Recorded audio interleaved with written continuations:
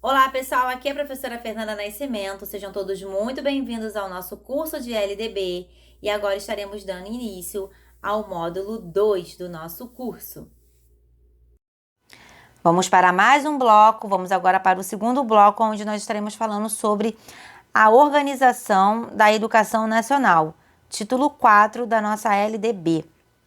Artigo 8º. A União, os Estados, o Distrito Federal e os municípios organizarão em regime de colaboração os respectivos sistemas de ensino. Parágrafo 1º. Caberá à União a coordenação da Política Nacional de Educação, articulada em diferentes níveis e sistemas e exercendo a função normativa, redistributiva e supletiva em relação às demais instâncias educacionais. Você precisa compreender que Estados e o Distrito Federal e os municípios estarão sempre em colaboração com a União. Porém, a União ela vai estar coordenando. Então, aqui a palavrinha mágica da União é coordenação. Ela vai estar coordenando a Política Nacional de Educação. Nós sabemos hoje que existe o PNE, que é o Plano Nacional de Educação, e o plano que está em vigência é o de 2014 a 2024. E esse PNE, ele é composto por 20 metas que visam o quê? Melhorar a qualidade da educação. E essas metas, tem lá, meta para educação infantil, ensino fundamental, ensino médio, educação no campo e assim por diante. Então, essa Política Nacional de Educação sempre articulando os diferentes níveis, tá? Nós sabemos que nós temos 2 níveis aí na nossa educação escolar. Nível 1, educação básica, que é a educação obrigatória, e nível 2, educação superior. Esses temas exercendo a função normativa, sempre normatizando a educação escolar, redistributiva e supletiva em relação às demais instâncias educacionais.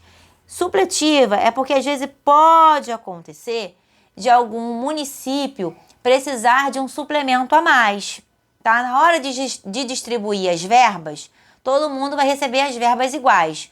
Porém, tem um município que é muito carente, é muito no interior, e lá ele precisa de um suplemento a mais, de uma verba a mais, de um recurso a mais. E a União vai estar fazendo esse suplemento, tá? Os sistemas de ensino terão liberdade de organização nos termos desta lei. Os sistemas de ensino, por mais que nós temos a União aí com o Plano Nacional de Educação, em alguns momentos eles terão liberdade, porque cada estado, cada município tem o seu contexto, tem o seu cotidiano, tem a sua cultura, tá? Artigo 9. A União incumbir-se-á de 1. Elaborar o Plano Nacional de Educação em colaboração com os estados, Distrito Federal e os municípios. Então, você vai compreender agora que o PNE, que foi o que eu acabei de falar, que vai de 2014 a 2024, ele foi organizado, ele foi elaborado em colaboração com os estados, Distrito Federal e os municípios, tá? A União não pegou e fez sozinha, não. 2. Organizar, manter e desenvolver os órgãos e instituições oficiais do Sistema Federal de Ensino e o dos territórios. Então, o que vai acontecer aqui? Quem organiza, quem mantém os órgãos federais de ensino é a União. Então, o Colégio Pedro II é federal, o IFRJ, o Instituto Federal, que os institutos federais que existem pelo Brasil é a União. Então, todas as instituições federais, quem mantém é a União, o FRJ, tudo que for federal, quem mantém é a União. Prestar assistência técnica e financeira aos estados, ao Distrito Federal e aos municípios para o desenvolvimento dos seus sistemas de ensino. E o atendimento prioritário à escolaridade obrigatória, exercendo sua função redistributiva e supletiva. Então, a União, ela vai prestar essa assistência técnica e financeira, como, por exemplo, aconteceu aqui no município de Petrópolis, né? Por causa das chuvas, muitas pessoas ficaram sem casas, alguns bairros ficaram sem escolas, e aí a União vem e, para esse município que foi muito afetado e tudo, a União vai dar tanto para reerguer esse município, tá? Então, ela vai dar essa assistência técnica e financeira. Mas e aqui você precisa ter um cuidado com o seguinte, que ela vai estar falando sobre o atendimento prioritário à escolaridade obrigatória. Que escolaridade obrigatória é essa? É a educação básica, que acontece o quê? Dos 4 aos 17 anos de idade. E sempre exercendo essa função redistributiva, que é distribuindo as verbas, e supletiva em casos necessários, tá? Estabelecer em colaboração com os Estados, o Distrito Federal e os municípios competências e diretrizes para a educação infantil, o ensino fundamental e o ensino médio, que nortearão os currículos e os seus conteúdos mínimos, de modo a assegurar a formação básica comum. Então aqui você já observa que a legislação ela já fala de uma base nacional comum, de um conhecimento comum para a educação infantil, o ensino fundamental e o ensino médio. Então, nós temos as competências e nós temos as diretrizes. Diretriz da educação infantil, diretriz do ensino fundamental, diretriz do ensino médio, diretriz da educação especial. Nós temos várias diretrizes. E essas diretrizes que vão estar o quê? Norteando o currículo da educação infantil, do ensino fundamental, do ensino médio, trazendo os conteúdos mínimos. Então, tem aqueles conteúdos mínimos da educação infantil, do ensino fundamental e do ensino médio. E por que isso existe? Porque às vezes a criança estudava aqui no Rio de Janeiro, no ensino fundamental. Ela ia lá para o Nordeste. Chegava lá, os conteúdos eram diferentes. A grade curricular era diferente. E hoje já não temos mais isso. Então, se aqui a criança tem aula de português, lá também tem português. Se aqui tem matemática, lá ela tem aula de matemática. O que vai modificar é a parte diversificada, que aqui de repente ela vai ter aula de inglês e de espanhol. E lá na parte diversificada ela vai ter inglês e francês, tá? Então, isso aí vai diferenciar por causa da localidade. Estabelecer em colaboração com os estados, o Distrito Federal e os municípios diretrizes e procedimentos para identificação, cadastramento e atendimento na educação básica e na educação superior de alunos com altas habilidades ou superdotação. Então, os alunos que têm altas habilidades ou superdotação serão cadastrados num sistema para serem identificados e aí fazer adaptações de currículo, melhorar também a vida desses alunos que são superdotados e ele está no ensino regular aprendendo coisas que eles já sabem. Coletar, analisar e disseminar informações sobre a educação. Então, eles vão estar coletando, analisando as informações sobre a educação e depois vão estar espalhando, disseminando essas informações por todo o território nacional. Inclusive, o site do MEC já dissemina as informações, né? Nós temos tantas escolas, tantos institutos federais, pesquisas, vai disseminando isso.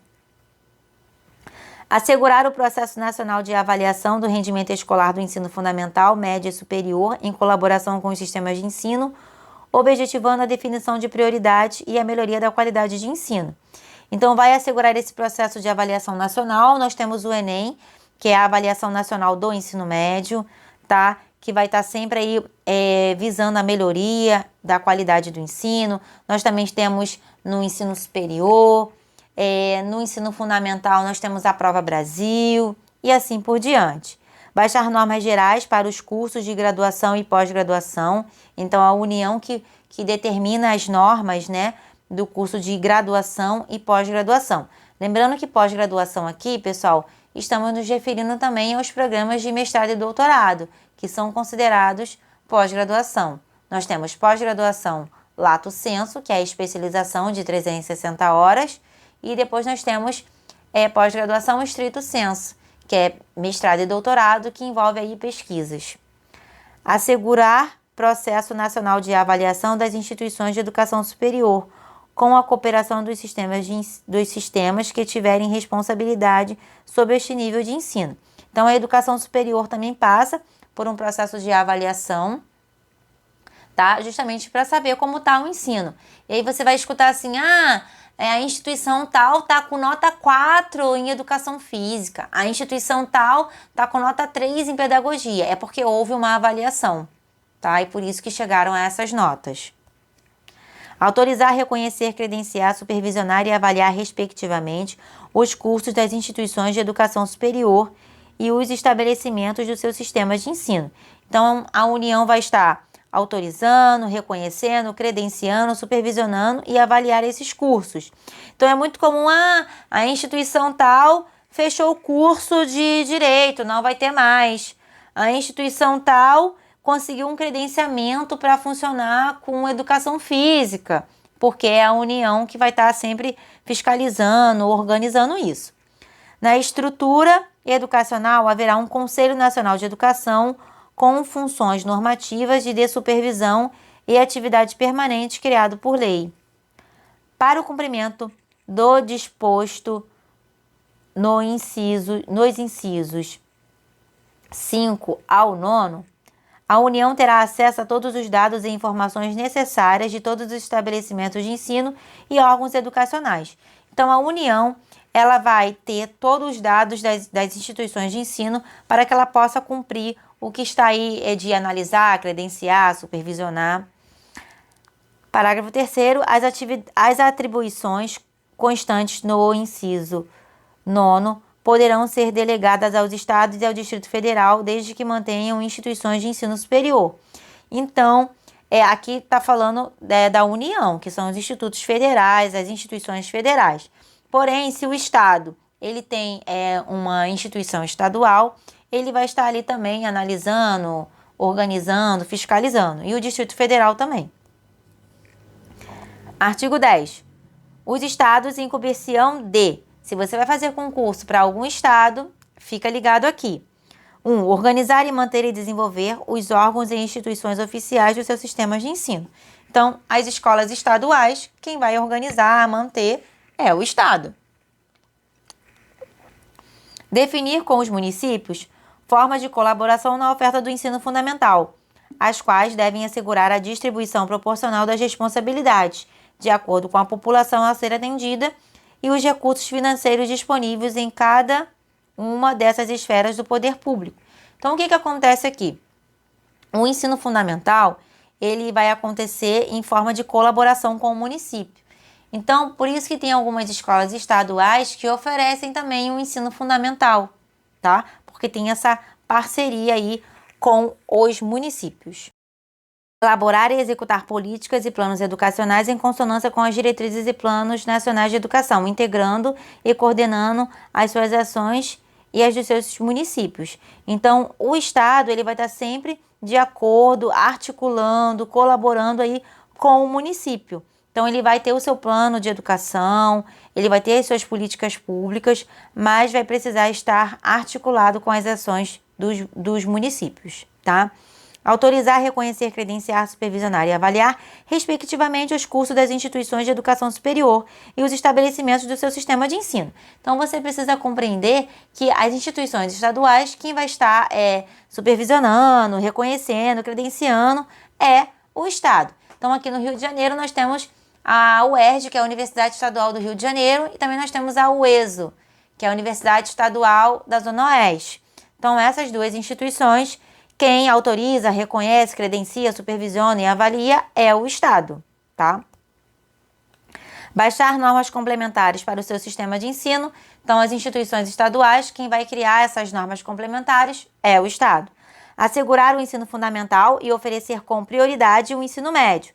Então, aqui eu vou chamar a sua atenção, porque se você vai fazer algum concurso para o Estado ou para o município, isso aqui costuma cair muito, tá? Então, pessoal, a prioridade do Estado é o ensino médio.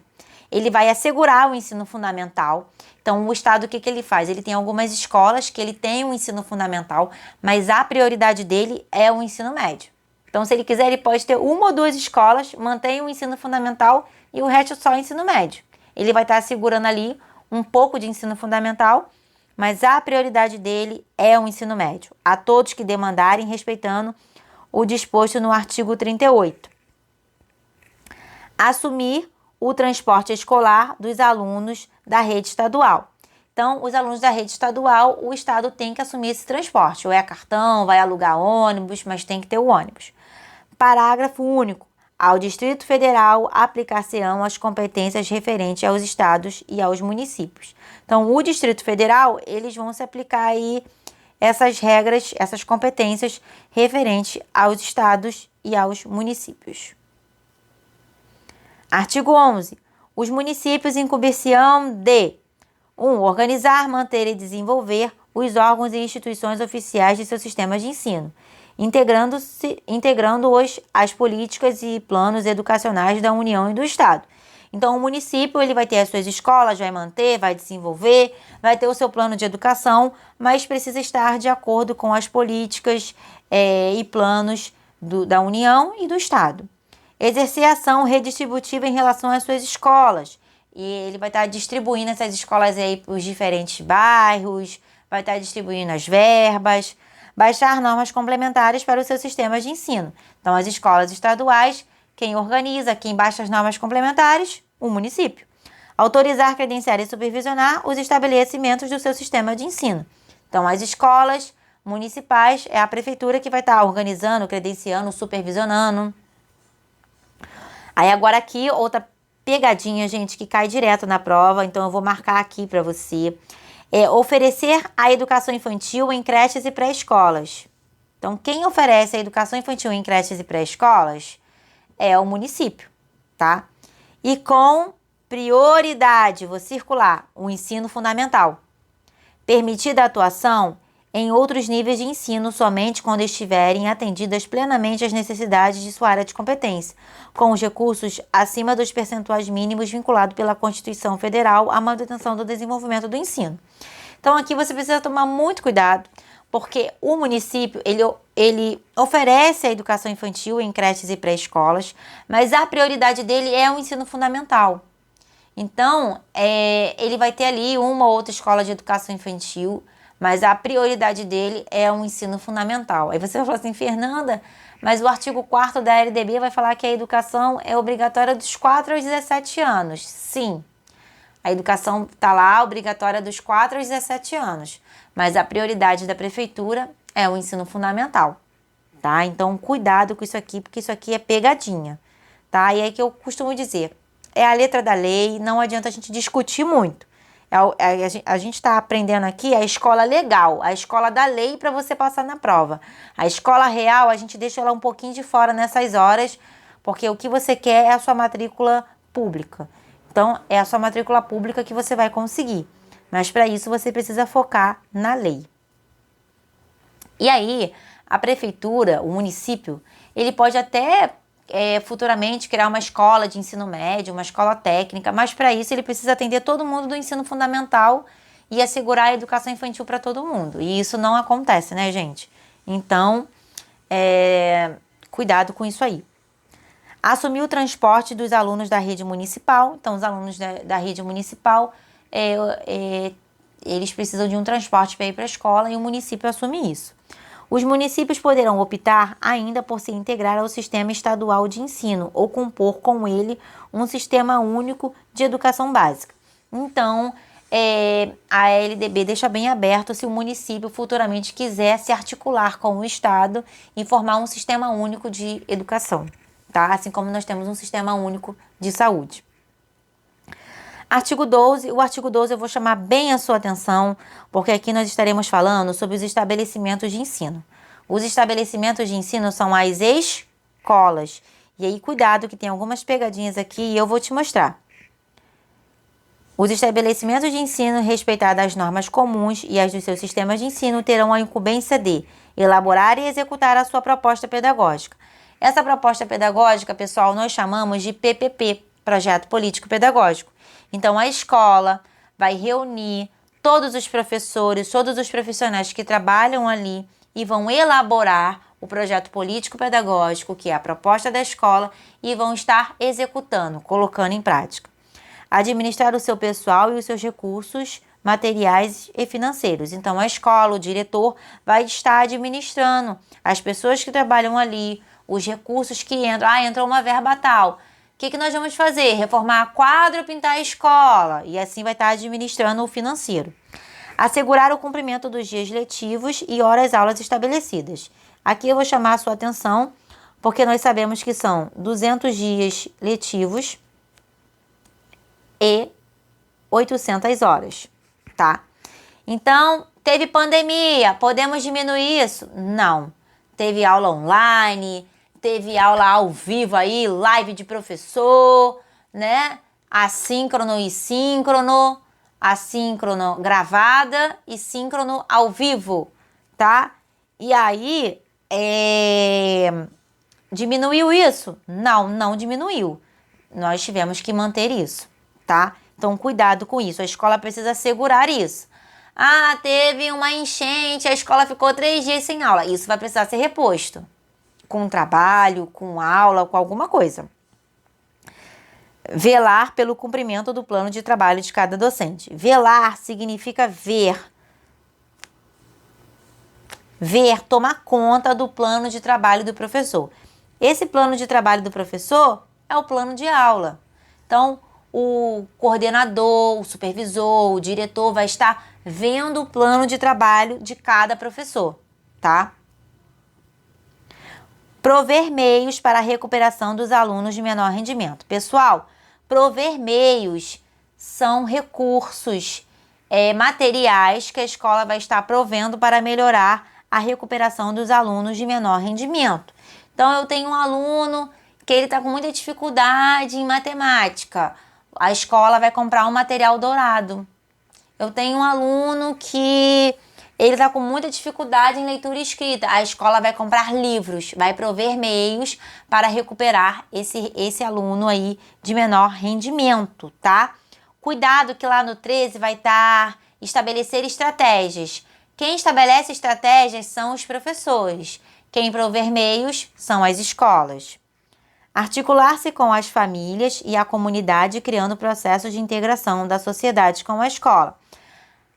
A escola vai estar sempre o quê? Articulando momentos aí com a família e a comunidade. Que momentos são esses? Dia das Mães, Dia dos Pais, Feira Cultural, Festa Junina, tá? Articulando.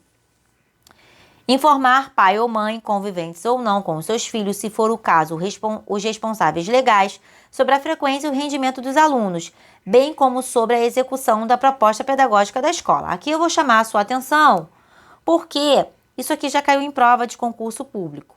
E aí, vamos agora para a escola real. Na escola real, quem informa pai ou mãe sobre a frequência do aluno na escola, quem é? É o professor. Quem informa sobre a execução da proposta pedagógica, das atividades, dos projetos que estão sendo desenvolvidos na escola? É o professor.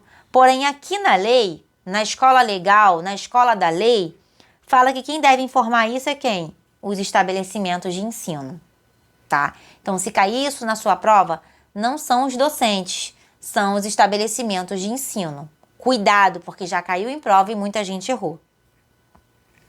Notificar o conselho tutelar do município a relação dos alunos que apresentem quantidade de faltas de 30% do percentual permitido em lei. Aqui eu também vou chamar a sua atenção, porque é uma alteração nova e muita gente tem errado. Então, hoje, você só vai avisar ao conselho tutelar aquele aluno que está faltando 30% do permitido em lei. Então, o aluno ele precisa ter 75% de presença. E ele tem que ter e ele pode ter quanto de falta ali? 25%, tá? Então, quando estiver fazendo 30% dos 25% que esse aluno pode faltar, aí que você vai avisar o conselho tutelar. Então, quando o aluno tiver em torno de 8, 9 faltas, 10 faltas, você já comunica o seu diretor para ele avisar o conselho tutelar, tá? Então, o aluno ele tem que ter 75% de presença, tá? E 30% do percentual permitido em lei. Qual é o percentual permitido em lei que esse aluno pode faltar? 25%. Só que você não vai deixar chegar aos 25%. Você vai fazer o quê? Quando esse aluno tiver ali com 8, 9 faltas, já vai avisar o conselho, tá bom? Prover medidas de conscientização, de prevenção e de combate a todos os tipos de violência, especialmente a intimidação sistêmica, bullying, no âmbito das escolas. Então, enquanto escola, principalmente você que vai fazer prova para orientador, para supervisor, você precisa se conscientizar que você vai ter que trabalhar com projetos para prevenir, para conscientizar sobre o bullying dentro das escolas. Estabelecer ações destinadas a promover a cultura da paz, promover ambiente escolar seguro, adotando estratégias de prevenção e enfrentamento ao uso ou dependências de drogas. Então, você deve estar sempre desenvolvendo projetos enquanto orientador, enquanto supervisor, enquanto diretor, coordenador, projetos para que esses alunos entendam o cuidado que devem ter para não estarem usando drogas, não se tornarem dependentes de alguma droga. 13. Os docentes em coerção de. O 12 fala dos estabelecimentos de ensino. O 13 vai falar dos docentes. Participar da elaboração da proposta pedagógica do estabelecimento de ensino. Então, a escola vai estar elaborando e executando. E aí, o professor ele vai participar dessa elaboração. Então, o coordenador, o supervisor, o orientador vai reunir os professores para que eles possam participar dessa elaboração do projeto político-pedagógico. Que o projeto político-pedagógico é a proposta pedagógica do estabelecimento de ensino. Elaborar e cumprir o plano de trabalho, segundo a proposta pedagógica do estabelecimento de ensino. Esse plano de trabalho que o docente vai elaborar é o plano de aula, segundo a proposta pedagógica da escola. O tema do PPP esse ano é sobre sustentabilidade. Então, o plano de aula do professor vai ser em cima de sustentabilidade. Vai ser de acordo com a proposta pedagógica do estabelecimento de ensino. Zelar pela aprendizagem dos alunos. Pessoal, zelar é cuidar. Então, o professor, ele vai cuidar da aprendizagem dos alunos. Ele vai ver se aquele aluno está aprendendo, se ele está conseguindo, se não está. E lá no outro está velar pelo cumprimento do plano de trabalho de cada docente. Então, a escola vai velar, vai tomar conta do plano de trabalho de cada professor. E o professor vai zelar pela aprendizagem dos alunos, vai tomar conta dos alunos, vai ter aquele cuidado. Estabelecer estratégias de recuperação para os alunos de menor rendimento. Então, aqui está igualzinho lá o 12 e aqui você vai ter cuidado. Então, você não vai mais errar na prova porque agora você está assistindo aqui a minha aula. Estabelecer estratégias de recuperação para os alunos de menor rendimento. Então, estabelecer estratégia é o professor. Eu tenho um aluno que está com dificuldade em matemática. Então semana que vem eu vou fazer uma gincana de matemática. Eu tenho um aluno que está com dificuldade na escrita. Vou semana que vem desenvolver a gincana do soletrando. E assim por diante. Você vai estabelecer estratégias para recuperar os alunos de menor rendimento. Ministrar os dias letivos e horas-aulas estabelecidas, além de participar integralmente dos períodos dedicados ao planejamento, à avaliação e ao desenvolvimento profissional. Então, o professor ele vai ministrar os dias letivos e horas-aulas estabelecidos, que são 200 dias letivos e 800 horas. Vai participar do período de planejamento, tá? E avaliação.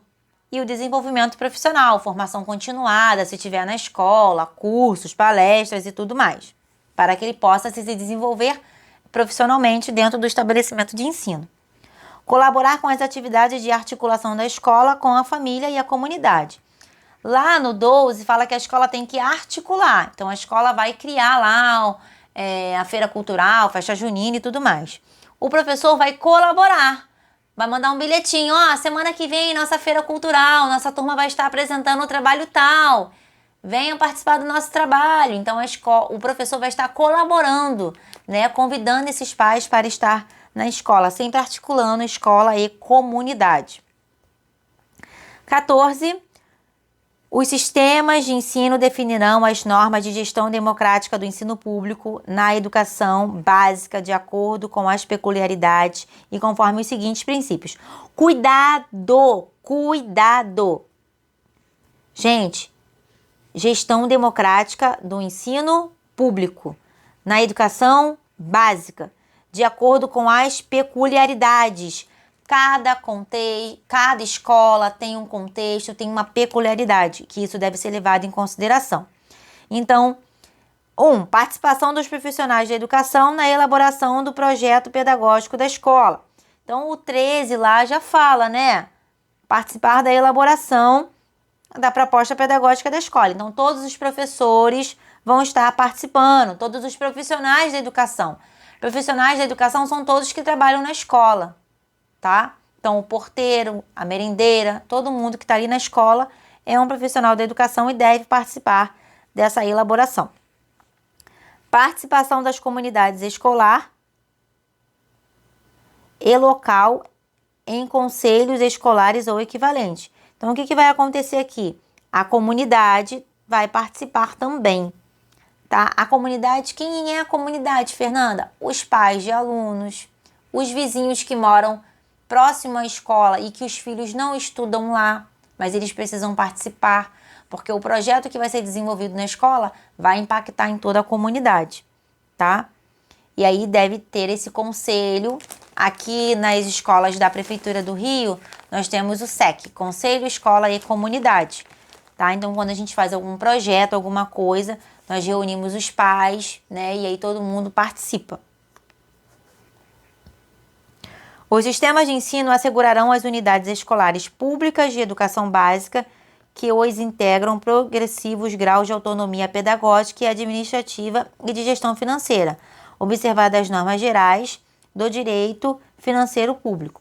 Então, as escolas públicas de educação básica, elas têm autonomia, tanto pedagógica e administrativa. Então, recebeu uma verba, tem verbas que são destinadas para algumas coisas, mas outras verbas o diretor tem autonomia para estar utilizando dentro da escola. Artigo 16. O Sistema Federal de Ensino compreende as instituições de ensino mantidas pela União, as instituições de educação superior mantidas pela iniciativa privada. Então, as instituições de educação superior mantidas pela iniciativa privada fazem parte do Sistema Federal de Ensino. E os órgãos federais de educação, que nós temos o Colégio Pedro II, os IFES, que são os institutos federais. Artigo 17.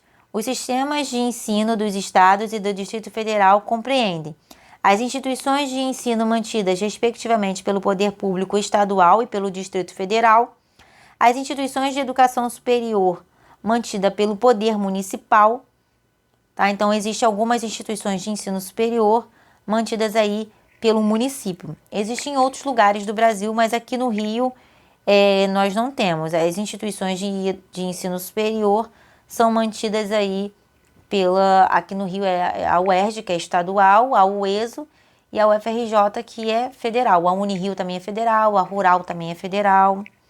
As instituições de ensino fundamental e médio criadas e mantidas pela iniciativa privada. Então, as escolas de ensino fundamental e médio, as escolas particulares, né, que tem ensino fundamental e ensino médio, é o Estado que vai estar fiscalizando, coordenando essas instituições. As de educação infantil privadas é o município. Os órgãos de educação estadual e do Distrito Federal, respectivamente, e mais as instituições estaduais e do Distrito Federal. Parágrafo único. No Distrito Federal, as instituições de educação infantil criadas e mantidas pela iniciativa privada integram seu sistema de ensino. Então, somente no Distrito Federal, as instituições de educação infantil criadas pela iniciativa privada fazem parte do seu sistema de ensino. Artigo 18. Os sistemas municipais de ensino compreendem as instituições de ensino fundamental, médio e de educação infantil mantida pelo poder municipal. Então, o município, se ele quiser, ele pode ter escolas de ensino médio, mas para isso ele precisa atender plenamente a educação infantil e ensino fundamental. Como ele não atende, por enquanto, aqui no Rio, nós só temos escolas de ensino fundamental e médio, que é pelo poder municipal, tá? Mas existem outros municípios aí pelo Brasil que o município já tem educação infantil, ensino fundamental e o ensino médio. As instituições de educação infantis criadas pela iniciativa privada. Então, as escolas de educação infantil, pela iniciativa privada, quem vai estar coordenando, fiscalizando, vai ser o município, tá? E os órgãos municipais de educação. E as escolas municipais de educação, quem vai estar coordenando é o município. Artigo 19. As instituições de ensino dos diferentes níveis classificam-se nas seguintes categorias administrativas: públicas, assim entendidas as criadas ou incorporadas, mantidas e administradas pelo poder público. Então, todas as escolas públicas são criadas ou incorporadas e administradas pelo poder público. Por que incorporada? Porque existem muitas escolas que está escrito assim, escola municipalizada. Às vezes a escola era do Estado e o município se incorporou ali, né? E aí acaba ficando, né, a escola do poder público. Às vezes a escola era particular e o município foi lá, comprou aquela escola e a escola se tornou municipal. Pode acontecer, tá? Privadas, assim entendidas e mantidas e administradas por pessoas físicas ou jurídicas de direito privado. Então, a escola privada é aquela escola particular que uma pessoa comanda tudo ou uma empresa.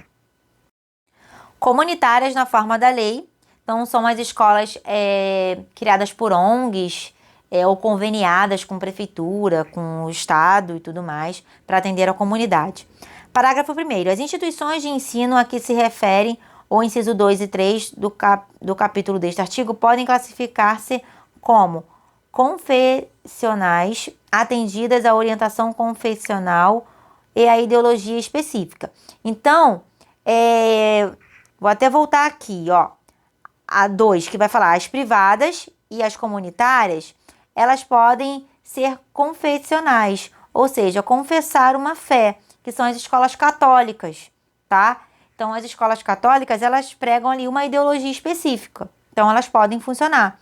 Podem ser privadas ou comunitárias. As instituições de ensino a que se refere-se o inciso 2 e 3 do capítulo deste artigo podem ser certificadas como filantrópicas na forma da lei. E aí existem algumas instituições que são filantrópicas, ou seja, todo o dinheiro que entra nela é revertido para a educação. Ela não tem fins lucrativos, não tem aquela finalidade do diretor ficar rico. Muito obrigada por você ter chegado até aqui no nosso segundo bloco de LDB.